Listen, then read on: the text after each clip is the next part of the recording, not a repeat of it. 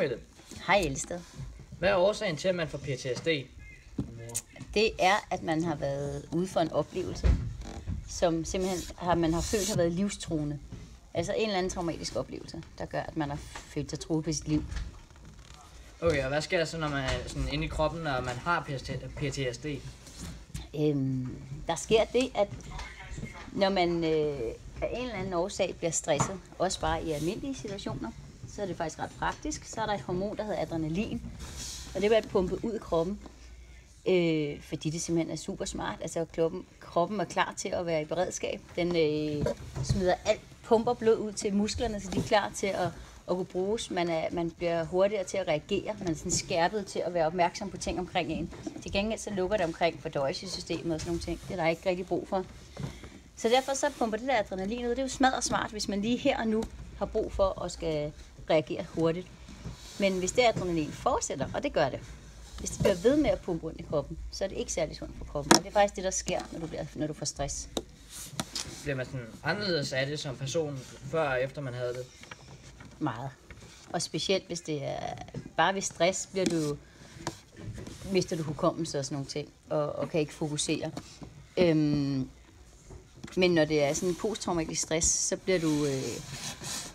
bliver du meget anderledes. Fordi at du som regel også, du mister både hukommelse, du kan risikere at miste, du bliver sådan lidt mere ligegyldig over for dem, du egentlig har haft tæt på dig før. Så i og med, at du både bliver ligegyldig over for dem, du har haft tæt på dig, plus at din hukommelse begynder at svække, og du ikke kan fokusere, og du er hele tiden opmærksom på alle ting omkring dig, og du prøver at undgå situationer, der ligner den, som minder om det, der har givet dig stressen, den oplevelse, du har fået dengang, så vil du ændre personlighed i meget vid udstrækning. Så det får betydninger for ens fremtidige karriere og sådan noget? At man ikke kan fortsætte der, hvor man er for eksempel med PTSD?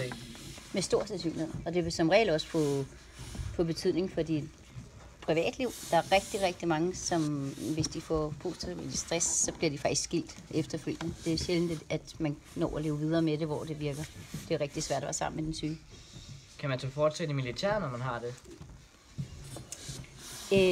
Jeg ved ikke, hvordan militæret gør med den slags, men jeg kan ikke forestille mig, at man kan fortsætte på nogen arbejdsplads med det. Hvordan tror du vil have det, hvis du blev ramt af PTSD? Meget ubehageligt, for jeg tror, man er godt klar over, at man måske nogle gange støder nogle af dem, der er tæt på sig, fra sig. Og tit så er det jo, sådan en posttraumatisk stress kan tit medføre depression eller angst og alt muligt andet med sig. Så man ændrer jo sin person i voldsom grad med noget, du ikke selv kan styre. Kan man så kurere PTSD på nogen måde? Altså, jeg tror faktisk, mange får det som en kronisk lidelse og har det lang tid efter. Men man forsøger med både med lykkepiller, men også med at simpelthen give noget terapi, og gå noget kognitiv terapi og få snakket tingene igennem, og hvad var det, der skete i den der situation osv. Men jeg tror, det er svært at kurere. Ja. Det var det. Tak for svaret med det. Det var så lidt.